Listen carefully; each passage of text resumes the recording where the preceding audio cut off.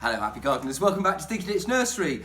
We have Joe on camera. Say hello, Joe. Hello. And what a month, eh? Crikey. I've been off to the land of Oz, and when Kansas says bye-bye, your plants sometimes suffer a little bit. So don't worry if this has happened to you. All you have to do is just plant some more. Now, what we're going to do today is we're going to get some peppers and we're going to get some tomatoes going on the windowsill to plant out in your garden later. You don't need a vegetable plot or anything for this. You can plant them out in pots on your patio. You can plant them out just in your flower beds, or you can plant them in your front garden. Let's get a bit of fruit and veg going in our front gardens. So for this we will need several things. We will need some pots to plant our seeds in. We'll need some seeds. We'll need a pair of glasses so we can see what we're doing. We'll need some, I've got some multi-purpose compost here that I've bought from the Katie, you're not Katie, you're my sister.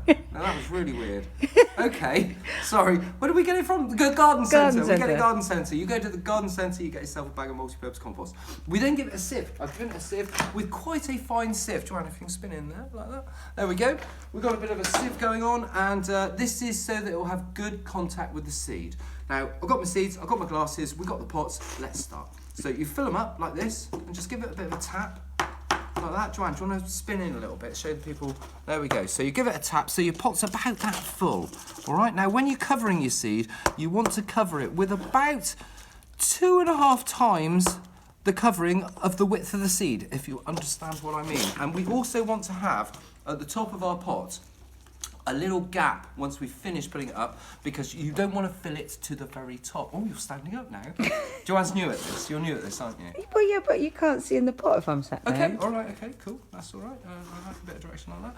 Now, what I'm going to do is I'm going to water these prior to sowing the seeds, because otherwise, sometimes, you spin in down here, crikey, you've got a very different technique to everyone else that's done this before. There we go. So I'm going to give those pots a little bit of a water now.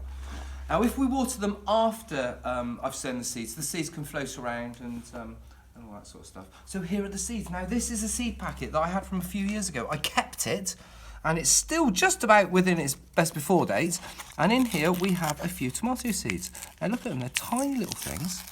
There we are. I've only got a few there.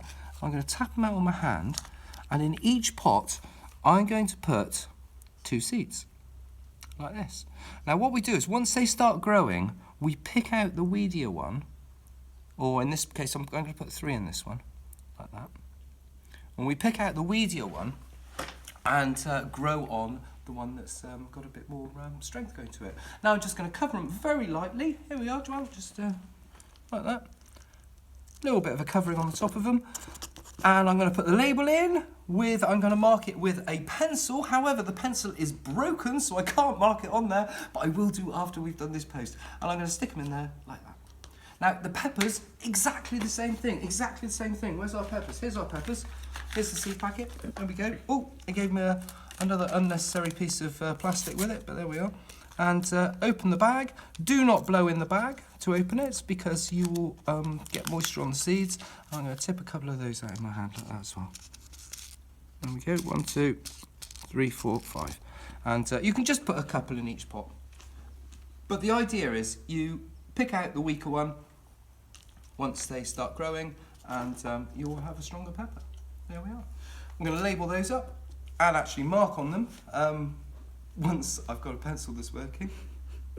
And that's it. I'm going to leave those on a windowsill. They're going to start growing. I'll do a few more videos showing you how to move them on.